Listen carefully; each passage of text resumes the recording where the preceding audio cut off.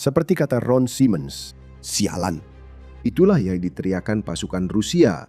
Namun ini bendungan berbeda yang menimbulkan masalah. Bendungan ini mencegah air membanjiri sebuah waduk di Belgorod yang memang tugas utama sebuah bendungan. Ukraina melihat hal itu dan mereka pun mendapatkan sebuah ide. Hancurkan bendungan itu, orang Rusia akan tersapu. Jadi itulah yang Ukraina lakukan. Serangan drone mengubah bendungan Rusia jadi senjata besar dan banjirnya menciptakan masalah besar bagi Putin dan kroni-kroninya. Pada 20 Juli, saluran telegram Pepel Belgorod memberitakan kabar tersebut.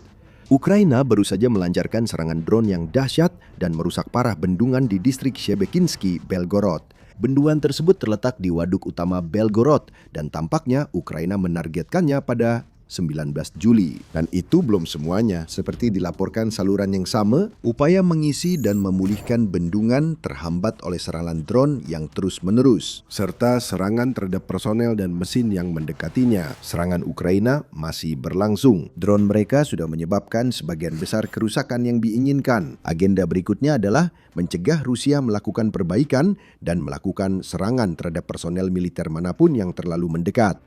Ukraina ingin air tetap mengalir dan seperti yang akan segera Anda ketahui, air sudah mulai menjadi masalah besar bagi Rusia. Tapi pertama-tama, kerusakannya. Medusa melaporkan saluran pelimpah bendungan sepanjang sekitar 30 meter rusak akibat serangan drone dan air mengalir deras dengan kecepatan mengkhawatirkan. Saluran pelimpah adalah struktur pengaman yang dibangun sebagai bagian dari atau di samping bendungan yang digunakan untuk mengalirkan air banjir dengan aman dari waduk setelah waduk tersebut penuh. Kunci di sini adalah kendali. Air tetap mengalir melewati atau menembus bendungan, namun diarahkan agar tidak menimbulkan masalah. Bendungan Belgorod pada dasarnya telah kehilangan salah satu saluran pelimpahnya, yang berarti air yang seharusnya dikendalikan tidak lagi diarahkan ke tempat yang seharusnya. Selain itu, Ukraina juga tampaknya berhasil melakukan serangan langsung ke jalan yang membentang di puncak bendungan tersebut. Merusak jalan tentu tidak menyebabkan banjir, namun ini membuat tim perbaikan Rusia lebih sulit mencapai saluran pelimpah yang rusak. Mereka harus memutar lewat jalan itu untuk sampai ke tujuan. Tugas itu tidak mudah karena puncak bendungan sempit. Kami juga menyebutkan serangan lanjutan. Laporan tanggal 21 Juli oleh AA mengungkapkan bahwa drone yang diluncurkan setelah serangan utama semakin merusak bendungan Belgorod. Peralatan hidrolik juga diserang, memperparah pelepasan air tak terkendali selain akibat kerusakan saluran pelimpah. Peringatan terdengar di Belgorod. Otoritas memperingatkan jika serangan berlanjut, bendungan itu bisa jebol lebih parah, yang dapat membanjiri beberapa pemukiman dan menyebabkan evakuasi ribuan orang. Hal itu sudah hampir terjadi. Militarnya memberikan lebih banyak detail, mencatat bahwa gelombang air awal telah mengalir ke sungai Nezagol yang mengalir di samping Shebekino cepat terisi dan meluap keluar bantaran sungai. Infrastruktur dan bangunan di tepi sungai mulai tergenang banjir. Situasinya bisa memburuk karena Ukraina terus menyerang. Di Besliadovka yang terletak di hilir sungai itu, kami juga melihat permukaan air naik. Dan di Jalan Popadi di wilayah ini, warga melaporkan terbentuknya sebuah danau yang membuat kendaraan dan pejalan kaki sangat sulit untuk melintas. Warga Belgorod mestinya sudah terbiasa banjir seperti ini. Ini sudah pernah terjadi pada mereka sebelumnya. Pada bulan Oktober 2025 lalu, Ukraina melancarkan serangan drone serupa yang menargetkan bendungan Belgorod yang sama seperti yang diserang pada 19 Juli. Strategi serupa juga terlihat saat itu. Serangan drone awal menyebabkan jebolnya bendungan, sehingga permukaan air sungai naik. Ukraina melancarkan serangan lanjutan untuk menunda perbaikan dan mengalirkan lebih banyak air secara tak terkendali ke wilayah sekitar. Komandan pasukan sistem tak berawak Ukraina Robert Brovdi mengonfirmasi unit Ukraina yang melakukan serangan itu dan menyebutkan sejumlah kerusakan. Waduk Belgorod retak hari ini. Sejak serangan awal, permukaan air turun 100 cm. Serangan itu dilakukan oleh unit drone dari pusat terpisah pertama pasukan sistem tak berawak, kata Brovdi. Foto satelit juga muncul setelah serangan bulan Oktober yang menunjukkan skala banjirnya sangat besar. Daerah di sekitar Besliadovka akhirnya terendam air, artinya pemukiman itu nyaris seluruhnya dikelilingi air, Excel Exonova Plus melaporkan. Media yang sama menyebut Gubernur Belgorod tetap diam secara mencurigakan soal kejadian ini, mengisyaratkan bahwa, seperti kata saluran televisi, Telegram, para bajingan itu berusaha menutup-nutupi insiden ini ala tradisi Soviet klasik. Kali ini tidak terjadi. Kerusakan akibat serangan Ukraina pada bendungan Belgorod bulan Juli tak bisa disangkal. Peringatan kemungkinan evakuasi sedang disampaikan. Setelah serangan terhadap bendungan pada bulan Oktober, permukaan air di waduk terdekat tetap rendah selama lebih dari sebulan setelahnya. Ukraina berharap meraih hasil serupa kali ini. Pada titik ini mungkin ada beberapa kekhawatiran yang berkecamuk di kepala Anda. Ukraina tampaknya menyerang target yang dianggap banyak orang sebagai sasaran sipil. Pemukiman sekitar bendungan Belgorod terdampak langsung dan Rusia menyebut serangan ini sebagai aksi terorisme oleh drone Ukraina. Ukraina akan menanggapi kekhawatiran itu dengan 2 poin. Ini balas dendam dan bendungan Belgorod punya nilai militer lebih besar dari yang disadari banyak orang. Dalam hal balas dendam, Rusia sudah biasa menghancurkan bendungan jika mereka berpikir hal itu bisa merugikan Ukraina dengan cara apapun. Kita dapat menelusuri awal invasi dan melihat bahwa pada September 2022, rudal-rudal Rusia menghantam bendungan waduk di kota Kryvyi Rih, Ukraina Selatan. Presiden Ukraina Volodymyr Zelensky mengecam serangan itu sebagai terorisme dengan menegaskan bendungan itu tak punya nilai militer sama sekali, yang berarti Rusia tidak memiliki pembenaran untuk melancarkan serangan itu. Namun hal ini tidak berlaku untuk bendungan Belgorod seperti yang akan Anda ketahui. Hampir setahun kemudian, pada Juni 2023, pembangkit listrik tenaga air Kakhovka di Kherson dihancurkan. Bendungan ini adalah satu dari 6 bendungan di sungai Dnipro, menahan waduk besar hingga warga lokal menyebutnya Laut Kakhovka karena ukurannya sangat besar. Di beberapa tempat tepi seberangnya tak terlihat. Serangan ini lebih rumit dari serangan bendungan sebelumnya. NATO dan Ukraina menuduh Rusia menghancurkan bendungan itu. Rusia mengklaim serangan Ukraina menyebabkan kerusakan menurut laporan BBC saat itu. Yang terakhir, tampaknya kecil kemungkinannya, berarti Ukraina menyerang infrastrukturnya sendiri. Tetapi itu juga akan membahayakan ribuan warganya sendiri untuk melakukan hal tersebut. Selain itu, bendungan tersebut memang dibangun khusus untuk menahan hantaman kuat dari luar, menurut BBC. Karena itu, kehancuran totalnya lebih mungkin disebabkan oleh ledakan dari dalam. Dan mengingat Rusia menduduki wilayah tempat bendungan itu berada, tampaknya jauh lebih mungkin bahwa Rusia sendirilah yang meledakkan bendungan tersebut, mungkin sebagai upaya untuk melakukan operasi bendera palsu. Intinya, Rusia sudah tidak asing lagi menyerang bendungan. Bagi Ukraina, serangan terhadap bendungan Belgorod pada 19 Juli adalah aksi balas setimpal. Jika Rusia tak dihukum, Ukraina juga bisa serang bendungan sebagai balasan agar perang dirasakan rakyat Rusia. Namun seperti biasanya, serangan Ukraina kali ini bukan sekedar balas dendam.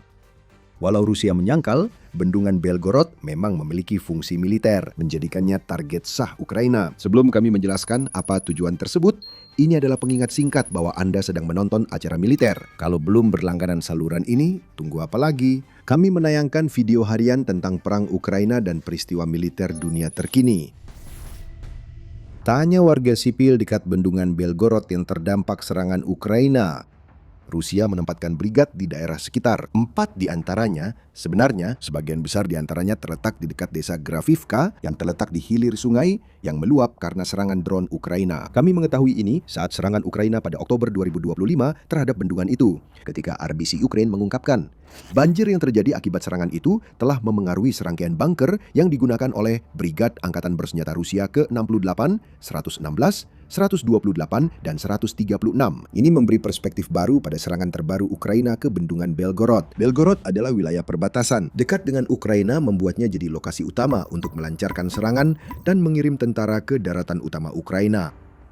4 brigade penuh di hilir bendungan tidak hanya duduk-duduk di Belgorod tanpa alasan. Mereka ada di sana dengan tujuan tertentu. Apa sebenarnya tujuan itu? Masih belum 100% jelas. Namun kita tahu bahwa Rusia telah menggunakan Belgorod sebagai landasan untuk menyerang Ukraina, menggeser 4 jembatan meski brigad-brigad itu belum dihancurkan banjir, mengakibatkan ketidakteraturan dan kekacauan. Ini sebenarnya baik dari sudut pandang militer Ukraina.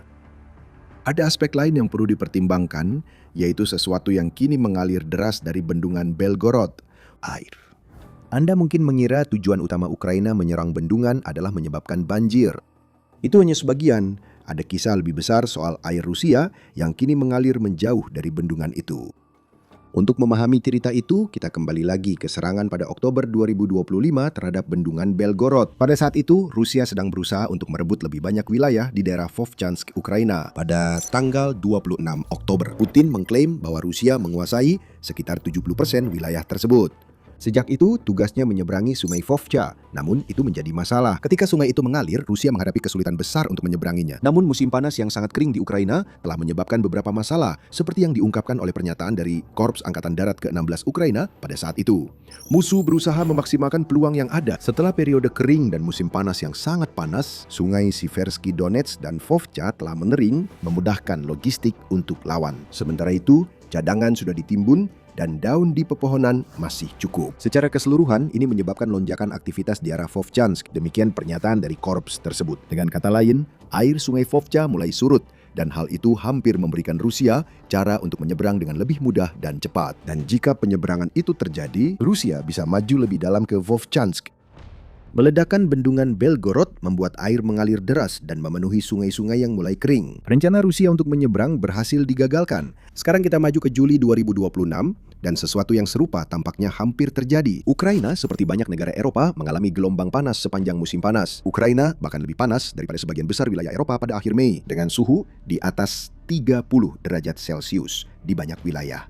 Setelah itu, panas melonjak lebih hebat, menambah beban pada jaringan energi Ukraina yang sudah kesulitan, menurut laporan Euronews. Masalah utama Ukraina adalah Rusia masih mencoba membawa pasukannya menyeberangi sungai Vovcha. Prajurit Putin menyebut perairan sungai itu sebagai perangkap maut. Mereka masih dipaksa untuk mencoba menyeberang, seringkali dalam kelompok 2 atau 3 orang dalam upaya mendekati posisi Ukraina di sisi lain. Menyeberangi sungai itu adalah kunci bagi setiap upaya Rusia untuk maju lebih jauh ke dalam Vovchansk dan wilayah Kharkiv yang lebih luas. Dengan faktor-faktor ini, tampaknya Ukraina baru saja mengulangi serangan bulan Oktober di bendungan Belgorod untuk memastikan air tetap mengalir ke sungai yang menahan tentara Rusia. Banjir yang memengaruhi 4 brigad itu memang menguntungkan, tetapi jika Ukraina dapat menahan pasukan Rusia di seberang sungai Vovcha hingga akhir tahun lewat serangan ini, itu akan jadi kemenangan lebih besar untuk mempertahankan wilayah Ukraina dalam jangka panjang. Jadi, penghancuran bendungan di Waduk Belgorod bukan serangan teroris seperti yang Rusia klaim. Menghancurkan bendungan itu memiliki beberapa tujuan militer. Namun, terlepas dari semua itu, kita tidak bisa mengabaikan fakta bahwa serangan ini akan berdampak pada warga sipil di Belgorod. Meski Ukraina tak berniat menyerang warga sipil secara langsung, Ukraina akan berargumen bahwa menekan rakyat Rusia adalah taktik militer sah yang baru mereka gunakan. Bagaimana bisa? Dampak psikologis serangan di Belgorod pada masyarakat setempat semakin menekan Putin untuk mengakhiri invasinya ke Ukraina. Masyarakat Belgorod bisa dibilang lebih lelah dari kebanyakan orang terhadap perang Putin yang seolah tak berakhir. Tinggal di wilayah perbatasan, selama bertahun-tahun mereka merasakan perang di bawah Ukraina sampai ke depan pintu rumah mereka. Pada 2 kesempatan di tahun 2023 dan 2024, pasukan Ukraina memasuki desa Kozinka di Belgorod yang menyebabkan sebagian desa itu hancur dalam pertempuran. Di kota yang namanya jadi Oblast itu, tempat perlindungan bom sudah dibangun. Jaring anti-drone dipasang di atas gedung penting, bahkan barikade ada di halte bus. Semua itu seharusnya bersifat sementara, meskipun semakin terlihat permanen, tanda bahwa perang yang dimulai Putin tidak sepihak seperti yang dia klaim. Penduduk Belgorod masih menderita akibat perang yang dimulai oleh Putin. Pada 7 Juli, New Voice of Ukraine melaporkan bahwa kekurangan air dan pemadaman listrik terjadi akibat serangan semalam yang memicu beberapa kebakaran di manajemen produksi pipa gas utama Belgorod Liner. Peristiwa seperti ini sudah biasa bagi warga sipil Belgorod dan banyak yang menanggapi serangan terbaru Ukraina yang menjebol bendungan dengan rasa kesal dan marah.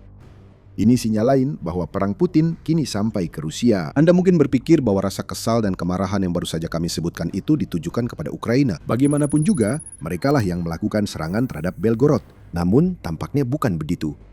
Penduduk Belgorod yang lelah pada dasarnya sudah bosan dengan perang. Banyak dari mereka lebih marah pada Putin daripada Ukraina. Tanda-tanda seperti ini terlihat di mana-mana. Dalam laporan tanggal 28 Januari, The Economist mengungkapkan bahwa sebuah situs berita lokal bernama Foner telah melakukan survei yang menanyakan berbagai pertanyaan kepada warga Belgorod tentang perang Putin. Sekitar 25% mengatakan mereka sangat terpukul dan kecewa bahwa hal itu sampai terjadi. Dengan jumlah yang hampir sama, menyatakan bahwa perang tersebut telah membuat hidup mereka terhenti. Namun hasil yang paling membuka mata datang dari pertanyaan yang menanyakan apakah responden telah memberikan bantuan kepada peserta perang dari Rusia. Hanya 6% yang mengatakan mereka telah melakukannya, yang menunjukkan bahwa banyak orang di Belgorod sejak awal memang tidak pernah mendukung perang dan mungkin menganggap tindakan Ukraina sebagai langkah pahit yang perlu untuk mengakhiri konflik ini. Kita juga bisa kembali ke Mei 2023 dan sebuah laporan menarik dari Newsweek. Media tersebut melaporkan tentang komentar yang dibuat oleh Anton Gerashchenko, saat itu menjabat Wakil Menteri Dalam Negeri Ukraina. Gerashchenko mengklaim anggota Legiun Kebebasan Rusia,